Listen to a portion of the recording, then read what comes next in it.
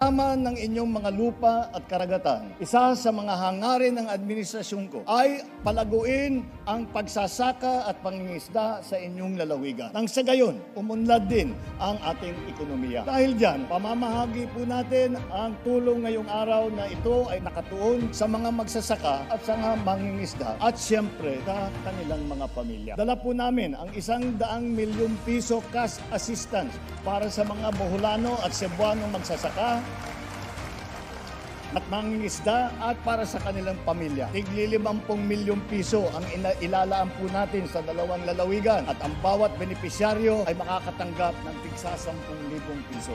50 million pesos para sa probinsya sa Bohol. Governor Gwendolyn Garcia upang tanggapin ang presidential assistant na nagkakahalagang 50 million pesos para sa probinsya ng Cebu.